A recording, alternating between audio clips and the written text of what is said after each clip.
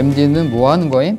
패션 브랜드 런칭이라는 걸 얘기하려고 그러는데, 패션 브랜드 런칭이라는 게 보면, 런칭이 어원을 따지고 보면 이제 배를 만들어서 이제 바다에 띄우는 거, 그런 거 런칭이라고 그러잖아요. 근데 그걸 이제 패션 쪽에서는 신규 브랜드를 만들어서 시장에 내보낼 때, 출고할 때를 런칭이라는 의미를 많이 하죠. 특히 MD가 이제 마케팅을 책임지는 사람이니까 처음에 뭐라냐면 환경 분석이라는 걸 해요.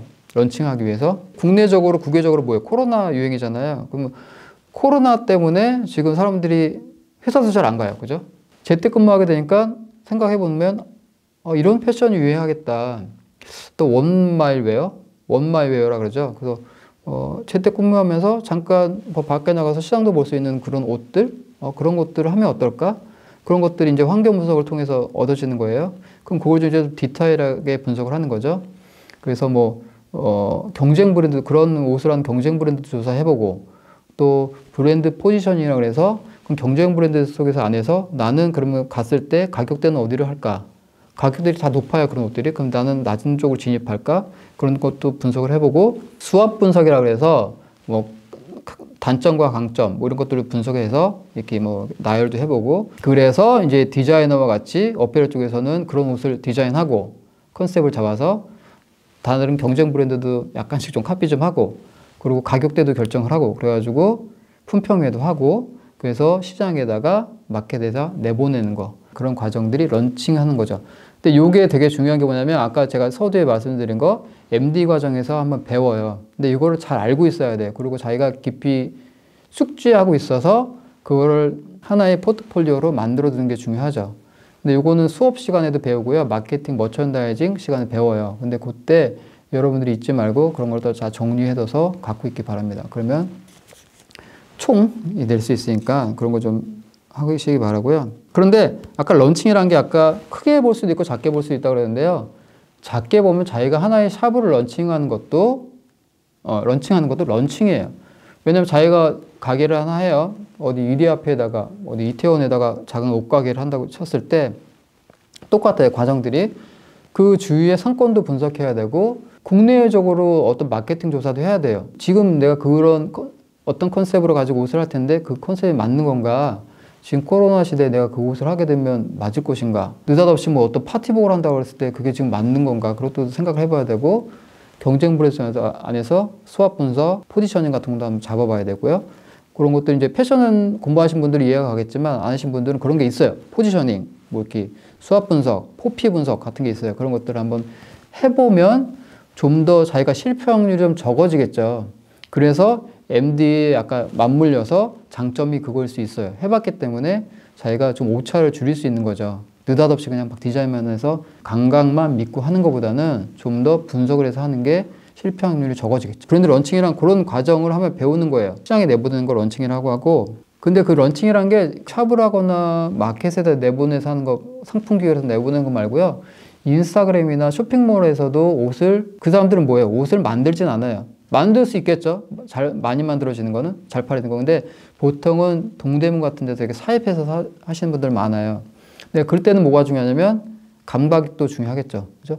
그래서 MD 마인드도 있고 약간의 감각이 있고 그런 것들을 자기가 이용해서 쇼핑몰 운영, 인스타그램 관리해서 유튜브도 그렇고 그런 것들을 자기가 잘 관리해서 자기 상품을 올려서 비즈니스와 연결해서 하시는 분들도 요즘 굉장히 많아요. 어떤 MD적인 마인드, 제가 지금 말씀드린 그런 과정들 공부해서 잘 숙지해두면 큰 도움이 될 것 같습니다. 여담이긴 하지만 제 친구가 얼마 전에 카페를 하나 열었어. 저기 영등포 쪽에다가.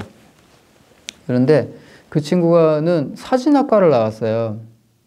사진학과를 나왔는데 사진학과 되게 유명한 데를 나왔어. 미국에 있는 되게 유명한 브룩스 그런 데 나왔어. 근데 지금 보면 그 포토그래퍼들을 이제 포토라 그러죠. 지금은 돈을 많이 못 벌어. 수익이 연결이 안 돼. 왜냐면 요즘 좋은 아이폰들만큼 막 그러잖아요. 그 사람들 직접 자기가 옷 다 찍지 누구 포토그래퍼를 불러가지고 촬영을 하진 않아요. 조명도 이게 많이 필요 없는 것 같아요, 요즘은. 여기 막 조명장 쭉 있는데. 그러니까 돈을 못 버니까 얘가 뭐냐면 이제 하다가 보니까 카페를 하나 오픈했어. 근데 이 친구가 또 컴퓨터 학과를 나와가지고요. 컴퓨터 학과 나왔고 사진을 했으니까 유튜브 쪽에 관심이 많아요. 그래서 그 카페 일상이나 뭐 쿠키 만드는 거 이런 것들 계속 올리고 있어요. 유튜브로. 근데 그걸 보고 손님들이 많이 오신대요. 그러니까 패션을 꼭 떠나서 이런 것들도 카페 하나도 지금은 많이 그런 쪽 유튜브나 뭐 인스타그램, SNS를 통해서 많이 이용하는 거니까 그런 걸로 어떤 자신의 비즈니스를 연결하는 것도 좋은 방법인 것 같아요. 물론 MD라 그래서 어페라 회사에 취업을 해서 정식적인 과정을 밟아서 MD라는 이름을 가지고 일하는 것도 중요하지만 자기가 그런 개인 사업을 통해서도 그런 MD 과정에 공부한 것들을 이용해서 샵을 하든 뭐 카페를 하든 뭘 하든 인스타그램을 하나 운영하든 그렇게 해서 하는 것도 좋은 방법인 것 같습니다. 그래서 런칭은 그렇게 하는 게 런칭이에요. 뭐 카페를 하든 그게 다 런칭인 거죠.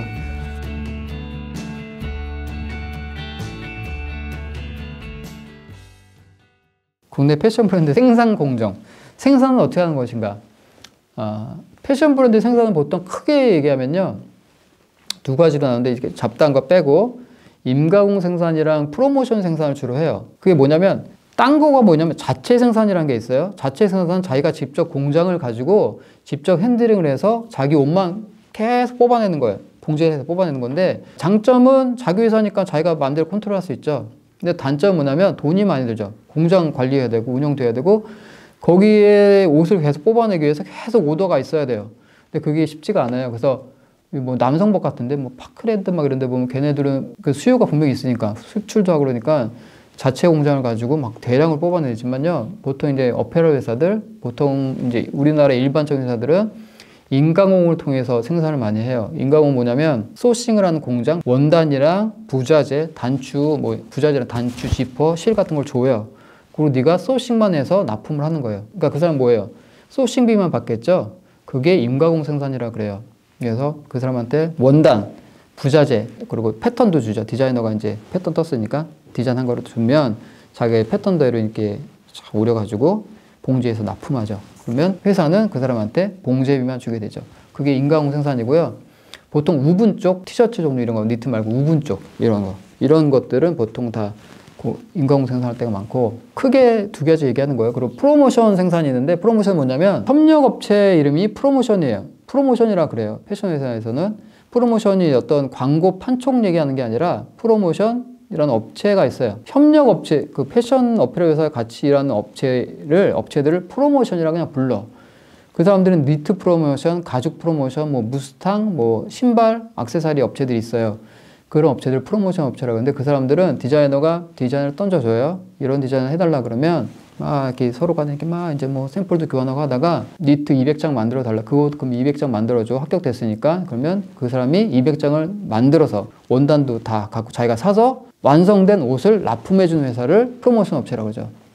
근데 이 사람은 그러니까 자기가 봉제만 하는 게 아니라 봉제도 다 하고 원자재를 자기가 다 수급을 해서 만들어서 납품을 하는 거죠. 인가공 업체는 소식만 하는 거잖아요. 근데 모든 회사들이 자기가 니트 회사, 니트 디자이너를 얻고 뭐 액세서리 디자이너를 다 데리고 다 갖고 일하기가 쉽지가 않아요. 돈도 많이 들고.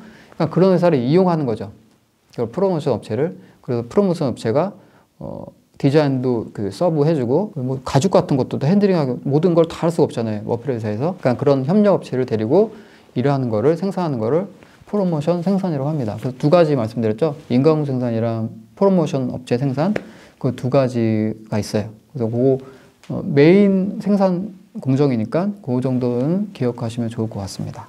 그럼 MD는 그러면 전혀 관계를 안 하냐? 생산 중에 관계를 많이 해요. 어떤 거가 디테일하게 관여하냐면 크레임이 걸렸어요. 만약에 어떤 니트를 생산했는데 크레임이 걸렸어요. 니트보다 뭐 유해가 하나 있는데 털 업체, 펄을 납품을 했는데 문제가 생겼어요. 그러면 이거를 생산이랑 그 프로모션 업체를 둘이서 해결하기가 굉장히 어려워요. 왜냐면 둘이서 서로 잘못이 없다고 얘기할 거 아니에요. 그러니까 이럴 때 MD가 중간에서 수사를 한 거예요. 수사. 누가 잘못했는지 수사하죠. 왜냐면 옷 같은 거 어페를 만들다 보면요. 문제가 되게 많이 있는 게 있어요. 근데 그거를 그 디자인실도 그렇고 개발실도 그렇고 다 문제가 되면 어떤 일이 발생하냐면 다 불러놓고 얘기하잖아요. 그러면 뭘 하냐면 다 오리발을 내밀어. 디자인실도 오리발, 생산부도 오리발. 디자인실은 생산부가 잘못했다 그러고 생산부는 개발실 패턴을 잘못했다 그러고 막 오리발을 내밀어요. 그랬을 때는 CSI 수사를 해야 돼, MD가.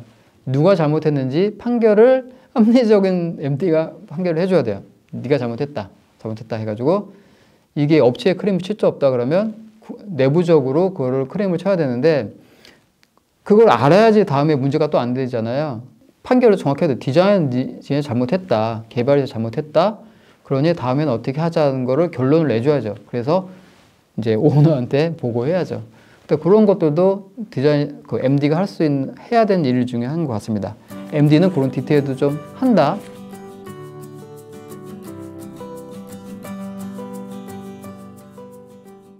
마지막인데 패션 MD가 되기 위한 준비 말씀드릴게요. 어페럴 회사의 MD를 포커스를 맞춰서 말씀드리자 그러면 학점 되게 중요한 것 같아요. 이력서가 되게 많이 올 거 아니에요. A 기준이야. 밑에는 안 봐. 안 봐도 A만 봐도 많아요. 그러니까 A만만 걸러내는 사람도 있어요. 근데 지금 이력서가 많이 하는데 구분할 게 없어. 이거 다 읽어볼 수가 없어. 학점 좀 관리를 좀 잘 해주시고요. 좀 자격증 같은 거, MD 자격증도 국가에서 한 자격증들이 있어요. 근데 기회만 있으면요, 따는 것도 좋은 것 같아요. 또 어떤 게 있냐면, 제가 이제 그 면접관의 위치에서 이력서를 봤을 때, 이력서에 그게 한 줄 더 쓸 수 있어요. 내가 어디에서 이런 MD 과정을 수료했다. 그 이력서에 한 줄 봄으로써 아 얘가 이 MD 쪽에 관심이 많은 애구나, 학생이구나. 그러니까 그거에 대해서 조금 더 점수를 줄 수 있죠. 그래서 할 수 있는 거 할 수 있다 그러면 따는 것도 좋을 것 같고요. 또 하나 외국어인데 외국어는 해야 되고 조금 하면 좋아. 하면 왜 좋은 게 MD는 특히요 외국어를 하게 되면 길이 많아져요. 갈 수 있는 길이 많아지는 게 저도 이제 외국어를 되게 잘하고 싶었어. 그래서 어떤 경험을 했냐면 출장좀 막 보내줘요. 보통 그 정도 되면 출장좀 안 보내주거든요. 좀 연차가 돼야 되는데 보내주고요. 뭐 일본 6개월뿐 1년 됐나 그랬는데 막 일본 바이어 만나가지고 타임 옷 브랜드 이제 그때 타임이 일본에 진출하고 싶었어요. 이제 국내에서는 잘 되지만 외국에 한번 나가고 싶었던 거죠. 그래서 일본 바이어 만나가지고 뭐 백화점들 한 3-4백화점 바이어들 만나가지고 했는데 그때 경험했던 게 내가 일본어를 잘하거나 뭐 하나 잘하게 되면 참 얘기할 수 있잖아요. 내가 직접. 근데 없으니까 일본 그 한국 연세어학당 다닌 일본 사람이 와서 저를 대신 얘기해 줬어요. 이렇게 보고서 내가 이 옷은 뭐 올해 뭐 트렌드를 감안한 뭐 옷이라고 얘기하면 패션 용어가 또 어려운 게 많잖아요. 걔가 이렇게 막 또 막 사전 찾아가지고 막 해주고 그랬어요. 근데 제가 어학을 잘하고 그때 영어나 뭐 일본어 뭐 하나 잘하게 되면 했으면 좋았었는데 그게 잘 안 됐었죠. 어학은 그래서 되게 중요하고요. 그때 제가 1년이 아니라 1년 3개월? 한 1년 6개월 있었는데 좀 도움이 됐어요. 갔다 와서도. 근데 말을 잘해서 패션을 계속 공부할 수 있으면 더 좋은 기회가 생겼을 거 아니에요, 거기서. 근데 그게 잘 안 됐죠. 그래서 어학은 뭐 하나, 영어든 일본어든 뭐 하나를 잘 해두면 자기한테 도움이 될 것 같고, 어느 패션 회사, 오리지널 브랜드 수입해서 하는 그런 회사도 갈 수 있고, 뭐 바이어도 될 수 있고, 기회가 많죠. 외국계 회사도 갈 수 있고. 그래서 이거는 안 해도 된다가 아니라 할 수 있으면 좀 노력을 해서 하면 좋을 것 같아요. 그리고 마지막 하나 뭐냐면, MD들 이렇게 교과서에 나온 거 보면 MD가 각들 이렇게 갖춰야 될 것들 쭉 써 있어요. 뭐 수치력, 뭐 이렇게 해가지고 뭐 감각 있는데요. 인간 됨됨이 조금 인내도 필요하고 또 조금 신입사원이면 이 표현이 좋은 것 같아요. 빠릿빠릿한 것도 중요해요. 누가 상사가 시키면 일단은 앞에서는 놓아지는 말고 일단 해보겠다 하고 일단 해보는 거 그런 것들이 이제 상사한테는 좋게 보이죠. 그래서 이렇게 빨리빨리 하는 것들 그런 것들이 나는 됨됨이라고 표현했는데 안 좋은 데를 갈 수 있어요. 아까 같이 좀 안 좋은 프로모션 업체, 좀 안 좋은 패션 업체에 갈 수 있어요. 처음부터 좋은 데 가려고 하면 좋죠. 좋은 데 가면 좋은데 안 그럴 수도 있어요. 근데 그걸 마음에 가지고 지금 조금 낮은 데 갔더라도 자기가 노력을 해서 노력이라는 게 계속 신경도 써야 되고 그죠? 조금씩 업그레이드를 해서 좋은 쪽으로 가는 거 자기가 원하는 쪽으로 가는 게 좋은 방법인 것 같습니다. 그래서 여기까지 제가 MD는 무엇인가, 뭘 하는 것인가, 또 저는 어떻게 MD가 됐고 MD가 되려면 어떻게 준비해야 되는 거를 말씀드렸고요. 이겨야 될 것도 많고 또 MD면은 공부해야 될 것도 많으니까 여러분들이 그걸 다 숙지하셔서 제 경험들을 잘 들으시고 좋은 받침이 되시길 바랍니다.